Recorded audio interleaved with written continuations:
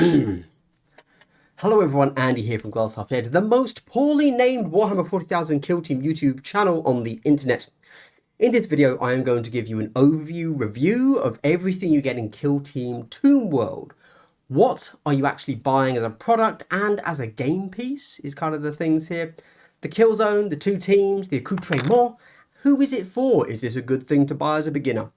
If you want a deeper dive into a specific thing, check those specific videos for more mechanical and tactical guides, as this is just the one-stop shop overview. First things first, if you're new, is this box for you? Yes. Terrain and two teams come in this, technically three teams. Great start to Kill Team. These come around once a year, and if you like the terrain, this will be your best value box this year. It's an easy recommendation from me to you. It does cost £155 RRP, which is about what we would expect from a box like this from Games Workshop these days, unfortunately. Everyone has their own monetary tolerances on these things, but pretty legitimately, depending on your tastes, this could be all you spend for the year on Kill Team.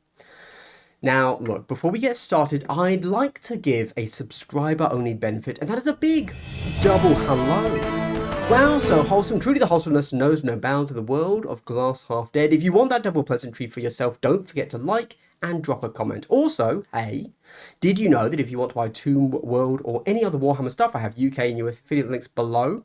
It supports me and costs you nothing extra. You should always click on someone's affiliate link when buying Warhammer. Also, if you want like tournament reports, rambling rants, a breakdown of my first few games with these two teams, and just generally pondering the orb, consider checking out my Patreon. I do all of that there. You also get an unboxing of Tomb World, but that's a one-off. All right, let's talk about the Kill Zone. Kill Zone Tomb World review. The number one thing is, of course, the hobby aspect. There's a lot here. I messed up. I tried something new, it sucked, I didn't enjoy painting it, it didn't end up looking anything like I wanted it to, but I was incredibly rushed as I have a moral obligation to actually fully paint everything a company sends me. My only tip would be to plan your scheme well ahead of time. You need a wall colour, a stone colour, a glow colour, and a spot colour, plus all their associated highlights and washes, which actually is more expensive than the £155 for the box itself. Whatever, nightmare. But likewise, I think it's a great box, and some people are going to make this the best looking terrain we've yet seen. It's packed full of detail and different textures. Building tips are important here. Obviously, mark above all the doors and breachable walls. I use the necron transfers to look cool, but also all of the doors have to be pushed out one way. So I put an arrow showing the way it needs to be pushed, okay? And then Sharpie the bottom of the ruins, because assembly needs all numbers to be quick and easy, all right? Notice that when gluing the columns together, you glue the circular bits, not the square bits. You need to tack down your walls. A little dot at both ends of every wall, and it will be pretty durable on the board. Now, maybe I did things wrong, but my set is really loose when it goes together. So I think this is the set to magnetize, okay? 5mm magnets in all connector ports. You need 80 magnets. This isn't about speed of assembly, although it does increase the speed of assembly. It's about durability of assembly. I played with my set just tacked down, and it worked. It worked fine. You can do that. I then magnetized for extra durability, but I don't think it's actually mandatory. It's down to you. And honestly, everyone should always be tacking down all of their terrain regardless. But here the terrain is essentially unplayable without tacking it down. Or I messed up my assembly, or got a bad kit. That's always possible. So yeah, look, Gallow Dark was too tight, Tomb World is too loose, and in 3 years' time, when they release the Tau interior of a Manta, it'll be just right. As the Tau always are. One thing I would like added to map layouts are diagonal cuts in the pillars to show which fixed pillars attach to other fixed pillars. So I added that myself. But at this price, why am I having to do so much extra work? Now, mechanically, the only issue I immediately notice is I kind of wish the laser doors were different to normal doors. Like, you don't have to action to open them or something, but they obscure shooting through sort of thing. That would be nice, I guess. Keep in mind that there's so many new mechanics and layouts on here that no one can really know at this point if these are good layouts or if these new mechanics are good or bad.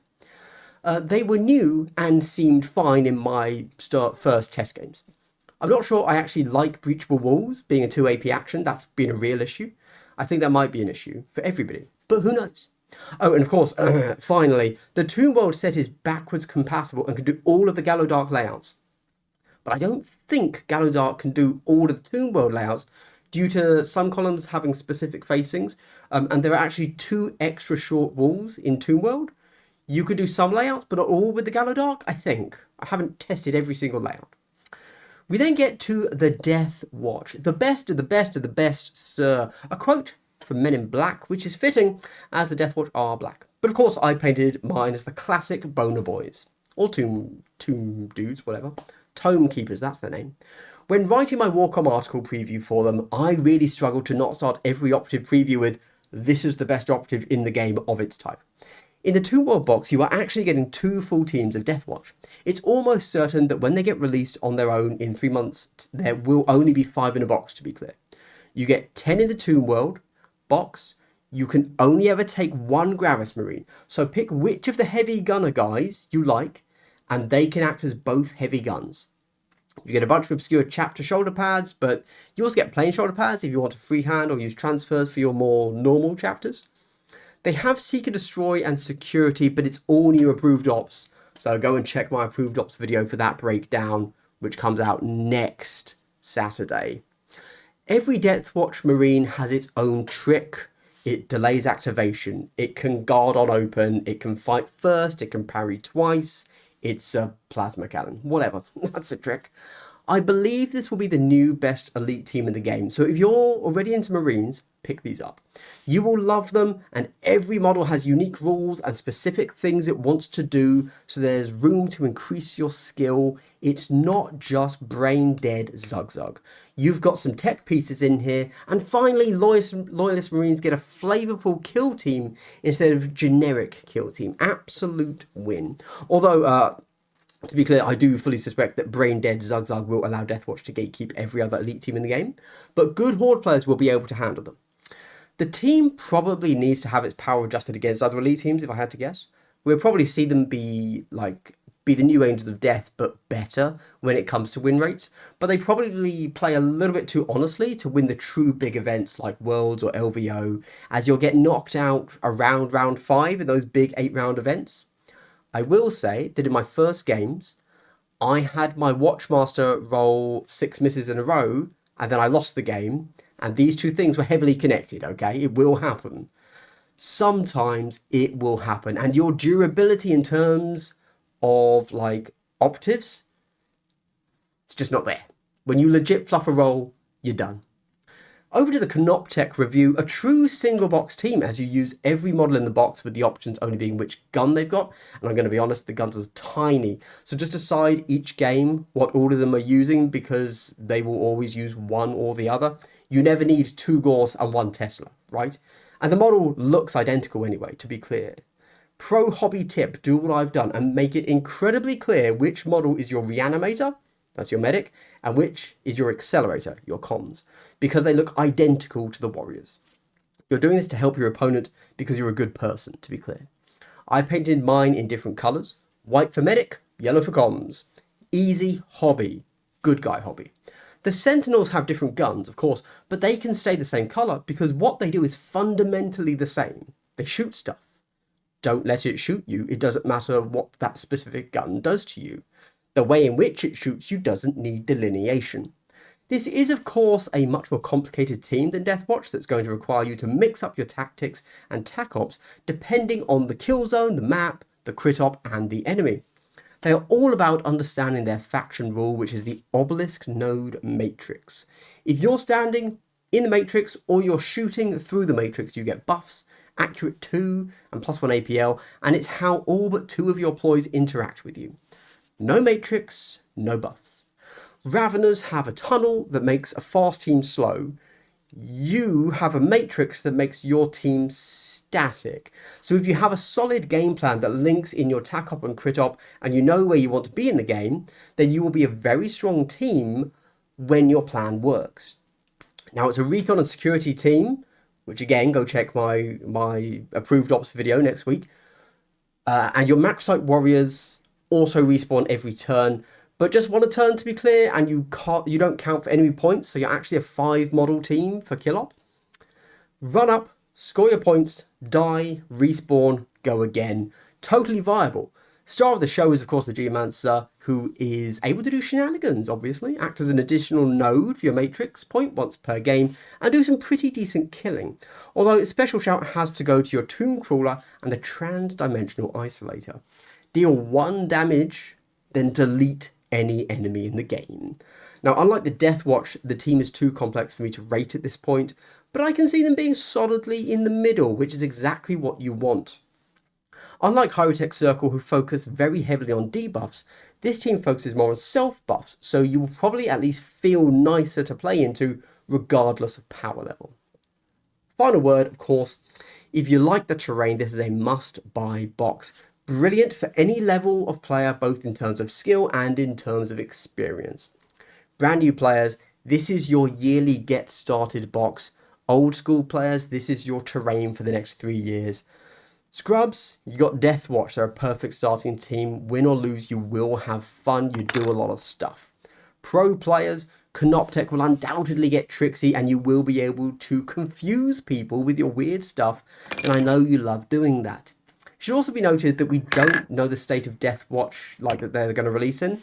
Here in Tomb World, they're 10 models, but there's a very strong suspicion that in 3 months, when they get their individual releases, you'll only get 5 models. So still a legal team, but you'd have to think really hard about which optives to build from that 5 optive set. And we're done. That's all. Thank you very much. A nice quick overview review of the new box. If you want more, go check out on the same day. Alongside this, I've also released a slightly more in-depth Deathwatch and Canoptek video, and throughout the week I'm doing other videos too, and then next Saturday we've got approved ops dropping as well. So yes, thanks for watching, and hey, if you like anything I'm doing here, do consider checking out my affiliate links. I sell a bunch of Kill Team gear, but more importantly, if you're buying this box or Warhammer in general, in the UK, Wayland Element Games, in the US, Wargame Portal, that'd be awesome. It genuinely helped me so much. Thank you very much. And that's it. Also, consider my Patreon, where right now you've got an unboxing and you've got my first thoughts of the game, my first few games with these 2 teams and on this new kill zone.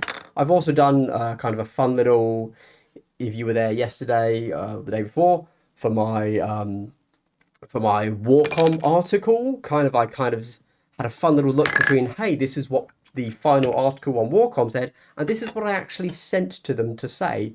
Let's see how those 2 things line up. And I just generally give kind of, tournament reports over there. I've done a Ravener Battle tournament report and a Rattling tournament report, and I'll be doing more in the future when I go to them, of course. And that'd be cool. All right. Thanks for watching, everybody. Stay super cool. Goodbye.